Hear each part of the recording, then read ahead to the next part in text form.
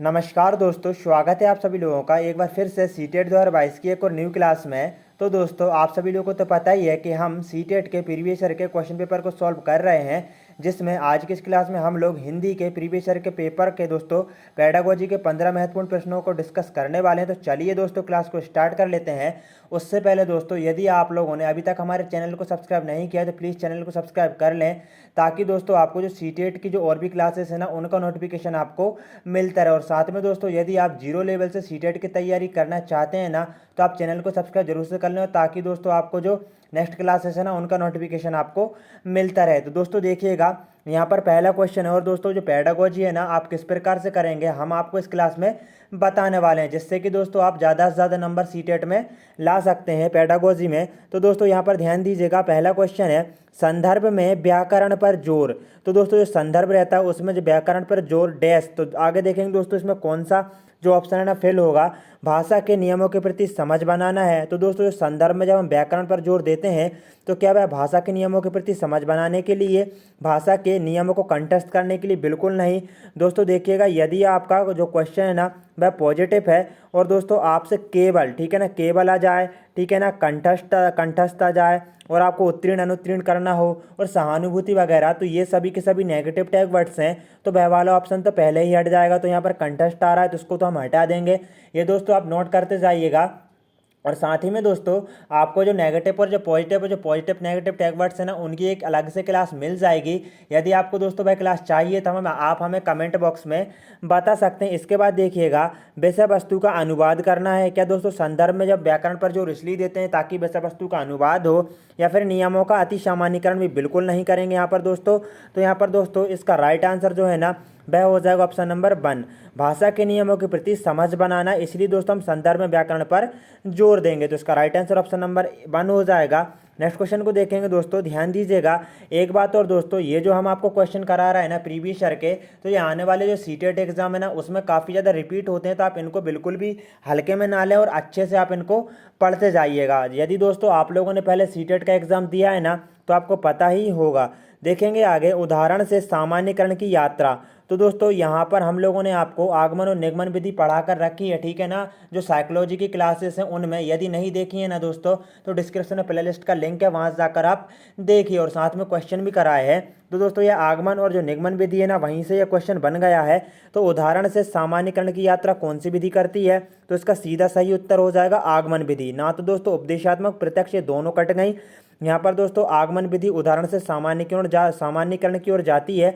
वहीं पर यदि दोस्तों हम बात करें कि भाई आपसे पूछा जाए कि नियम से उदाहरण की ओर कौन सी विधि चलती है, तो आप आंसर में क्या लगाएंगे? आप आंसर में लगाएंगे निगमन विधि। लेकिन दोस्तों इसका सीधा उल्टा आ जाए कि भाई उदाहरण से, ठीक है, क्या आ जाए, उदाहरण से नियम की ओर कौन सी विधि चलती है, तो आप क्या लगा देंगे दोस्तों? आप लगा देंगे यहाँ पर आगमन विधि। तो आपको याद रखना है। और आगमन और निगमन विधि, इसके जनक कौन है? तो इसके जनक अरस्तु जी हैं। इसको भी दोस्तों आपको याद रखना है, इस वाले क्वेश्चन को भी, क्योंकि इस प्रकार से ही पूछा जा सकता है। अब दोस्तों हम लोग नेक्स्ट क्वेश्चन को डिस्कस करेंगे। भाषा अधिगम के लिए सामग्री तैयार करने के सिद्धांतों में से एक है। तो दोस्तों भाषा अधिगम का मतलब होता है यहाँ पर सीधा सच्चा सीखना, ठीक है ना। जो आप कुछ भी चीज़ें सीखते हैं ना, जैसे क्रिकेट खेलना सीखते हैं, यहाँ पर दोस्तों आपको बहुत सी चीज़ें सीखते हैं ना, तो यहाँ पर वही बात हो रही है कि भाषा अधिगम में भाषा के सीखने के लिए सामग्री तैयार करने के सिद्धांतों में से कौन सा है?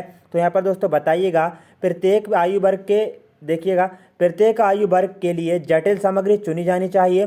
तो देखिए दोस्तों, अब आयु वर्ग है उसके लिए आप जटिल सामग्री क्यों चुनेंगे? ऐसी सामग्री चुनेंगे ना जो अच्छी हो, ठीक है ना, सरल हो, ज़्यादा टफ भी ना हो। तो जटिल हम चुनेंगे नहीं, ये वाला बिल्कुल नहीं होगा। सामग्री औचित्यपूर्ण तरीके से स्तर अनुसार होना चाहिए, ये बिल्कुल सही लग रहा है। लेकिन दोस्तों पेडागोजी को जब आप सॉल्व करें ना तो दो बातों का ध्यान जरूर से रखें कि दोस्तों सबसे पहले आपको क्वेश्चन को अच्छे से पढ़ना है, उसके बाद आपको चारों के चारों ऑप्शन को पढ़ना है। क्योंकि दोस्तों यहाँ पर चारों में से जो सबसे अच्छा रहेगा ना, बेटर रहेगा ना, उसको यहाँ पर हमको क्लिक करना है। किसी भी प्रकार की सामग्री चुनी जा सकती है, ऐसा कुछ नहीं है कि आप दोस्तों दूसरी क्लास के बच्चे को 10वीं क्लास की जो सामग्री ना वह उसको मतलब उसके लिए चुन रहे हैं, तो ये गलत है। सामग्री छोटी तथा सीमित, ये भी गलत है। यहाँ पर राइट आंसर ऑप्शन नंबर दोस्तों ऑप्शन नंबर 2 हो जाएगा कि जो सामग्री है ना वह औचित्यपूर्ण तरीके से स्तर अनुसार होनी चाहिए, कि उनके स्तर के अनुसार ही होनी चाहिए। अब नेक्स्ट क्वेश्चन को देखेंगे दोस्तों, ध्यान दीजिएगा। भाषा अर्जन होता है जब, तो दोस्तों भाषा का अर्जन कब होता है? बच्चे को व्याकरण के नियम पढ़ाए जाते हैं? बिल्कुल नहीं दोस्तों। भाषा अर्जन का नियम यह कहता है कि भाई जो बच्चा है ना, वह मतलब बिना प्रयास करे, उसे पता ही नहीं रहता कि वह भाषा का अर्जन भी कर रहा है, तो उससे वह भाषा अर्जन होती है। बच्चों को पुरस्कार या दंड दिया जाता है, ये भी गलत है।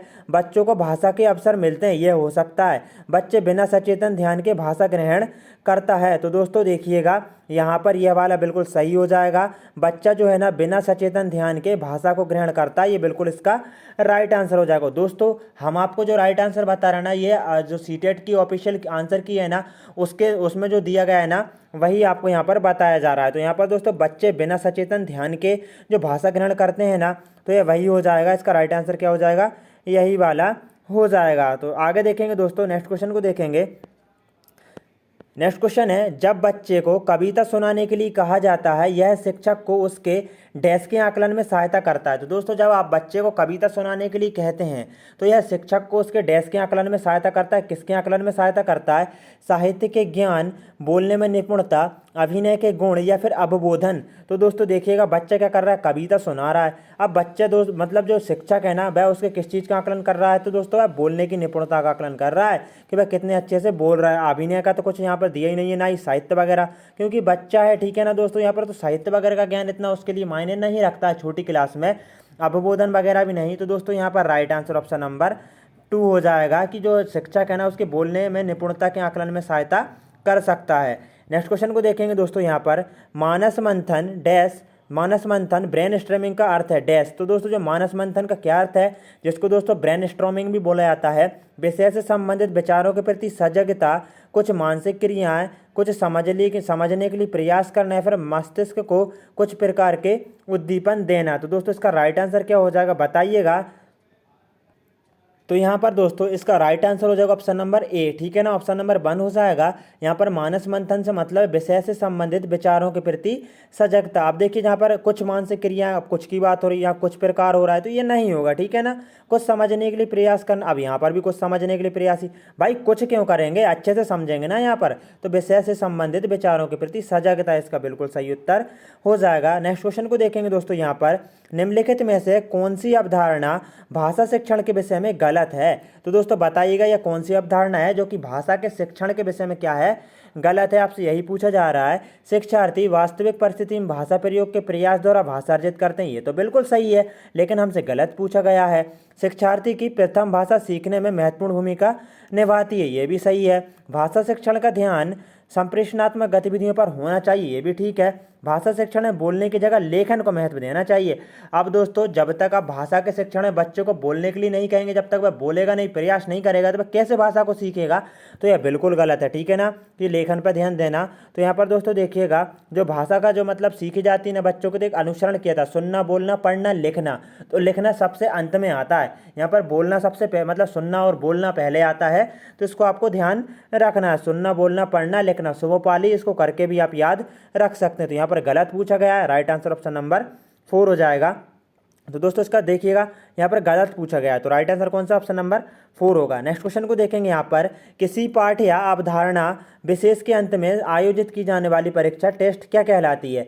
तो दोस्तों कोई पाठ है उस या अवधारणा है, उसके अंत में जब जो विशेष मतलब अंत में जो विशेष परीक्षा आयोजित की जाती है, तो उसको क्या कहा जाता है? स्मृति परीक्षा? बिल्कुल नहीं दोस्तों। उपलब्धि परीक्षा भी नहीं कही जाएगी, ना ही श्रेणी हेतु परीक्षा, बल्कि इसको दोस्तों निदानात्मक परीक्षा कहा जाता है। क्यों? अब निदानात्मक परीक्षा क्या होती है, आप यह जान लीजिए कि दोस्तों अपने बच्चों को कुछ पढ़ाया, उनसे दोस्तों निदानात्मक जो परीक्षा है ना वह ली, तो दोस्तों बच्चों की क्या क्या गलती हैं उनको ढूंढना और उनका उपचार करना, उसको दोस्तों उपचारात्मक शिक्षण कहते हैं। तो यहाँ पर दोस्तों इसका राइट आंसर ऑप्शन नंबर 1 हो जाएगा। तो दोस्तों देखिएगा क्वेश्चन क्या पूछ रहा है कि अंत में आयोजित की जाने वाली परीक्षा क्या कहलाती है?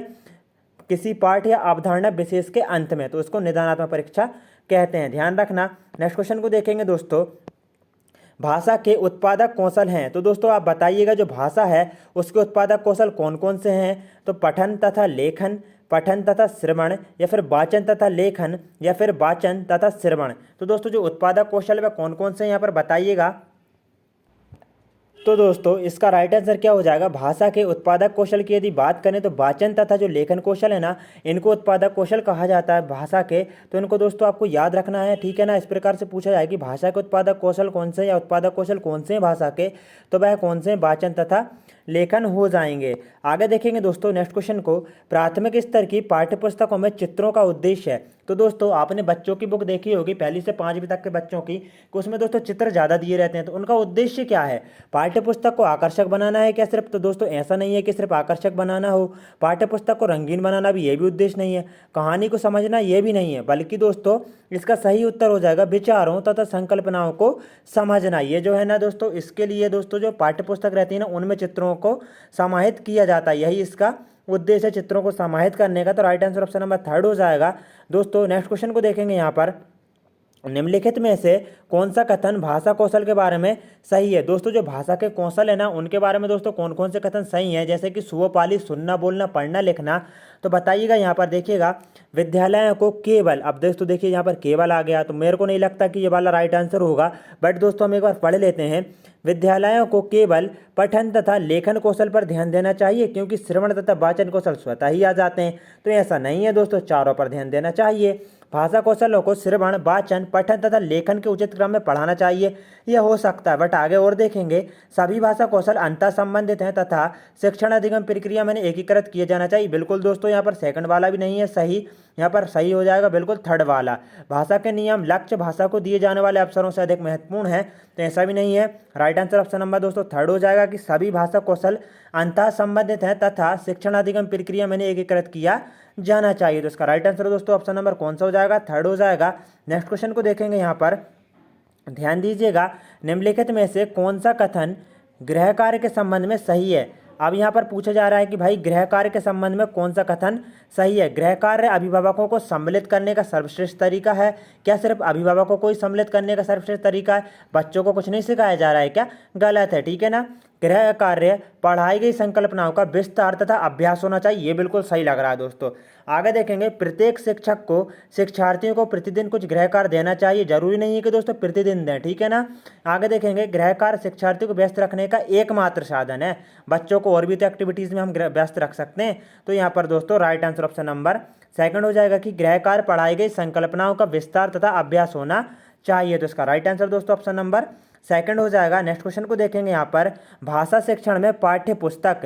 तो दोस्तों जो भाषा शिक्षण है उसमें पाठ्य पुस्तक एकमात्र साधन बिल्कुल नहीं है, महत्वपूर्ण नहीं है, ऐसा नहीं है, एक महत्वपूर्ण भी है, आखिरी संसाधन ऐसा भी नहीं है, बल्कि एक महत्वपूर्ण संसाधन है, यही इसका सही उत्तर हो जाएगा। ऑप्शन नंबर 2 बिल्कुल सही है। नेक्स्ट क्वेश्चन है यहाँ पर, वाचन कौशल को विकसित करने का एक महत्वपूर्ण पहलू है डैश। तो दोस्तों वाचन जो कौशल है, आपने सुनना, बोलना, पढ़ना, लिखना सुना होगा, तो वाचन कौशल को विकसित करने का एक महत्वपूर्ण पहलू कौन सा है? स्पष्ट तथा शुद्ध उच्चारण का प्रयोग करना, वाणी को मीठा तथा सुरीला बनाना, संदर्भ तथा स्थिति को ध्यान में रखते हुए बोलना, या फिर उतार चढ़ाव तथा लय के साथ बोलना, या मतलब बोलने का अभ्यास, ये भी नहीं है दोस्तों। वाणी को सिर्फ मीठा बोलना, ये नहीं है कि वाचन कौशल को विकसित करने का महत्वपूर्ण पहलू, ना ही दोस्तों स्पष्ट तथा शुद्ध उच्चारण का प्रयोग होगा, बल्कि यहाँ पर संदर्भ तथा स्थिति को ध्यान में रखते हुए बोलना जो है ना, वाचन कौशल को विकसित करने का एक महत्वपूर्ण पहलू माना जाता है। तो राइट आंसर कौन सा हो जाएगा दोस्तों? ऑप्शन नंबर 3 हो जाएगा यहाँ पर।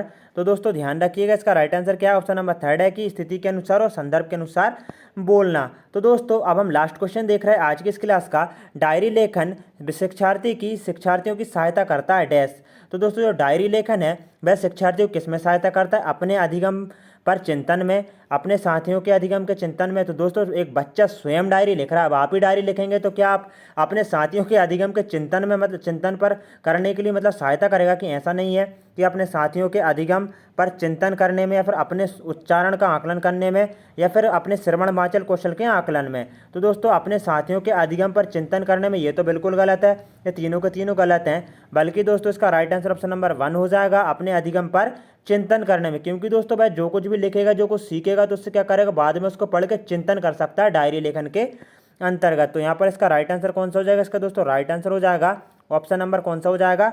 बंद हो जाएगा। तो ध्यान रखिए दोस्तों, हम लोगों ने 15 महत्वपूर्ण प्रश्नों को पेडागोजी हिंदी के कंप्लीट कर लिया। और दोस्तों ये जो हम क्लासेस चल रही है ना, ये सीटेट में 2021 का दिसंबर जनवरी 2022 में जो पेपर हुआ है ना, उसके प्रीवियस ईयर के क्वेश्चन पेपर है, सीरियल बाय सीरियल चल रहे हैं। तो आप उससे लगा लीजिए कि जैसे कल हमने जो क्लास ली, मतलब कि दोस्तों तो उसमें क्या था कि उसमें 16 का था, उसके बाद दोस्तों 20 को एग्जाम हुआ 20 का। तो इस प्रकार दोस्तों 20, 21, 22 हम इसी सीरीज से आगे चलते जाएंगे। तो जय हिंद दोस्तों, वंदे मातरम। आपको इस चैनल पर जितने भी दोस्तों सब्जेक्ट है ना सीटेट के, उन सभी की दोस्तों आपको यहाँ पर प्रीवियस ईयर के क्वेश्चन पेपर की क्लासेस मिलती रहेंगी। तो इसलिए आप चैनल को सब्सक्राइब कर लें, साथ में बेल आइकन को प्रेस करके ऑल बटन पर सेट कर लें, ताकि आपको दोस्तों नोटिफिकेशन सबसे पहले मिलता रहे। जय हिंद दोस्तों, मिलते हैं एक न्यू क्लास में।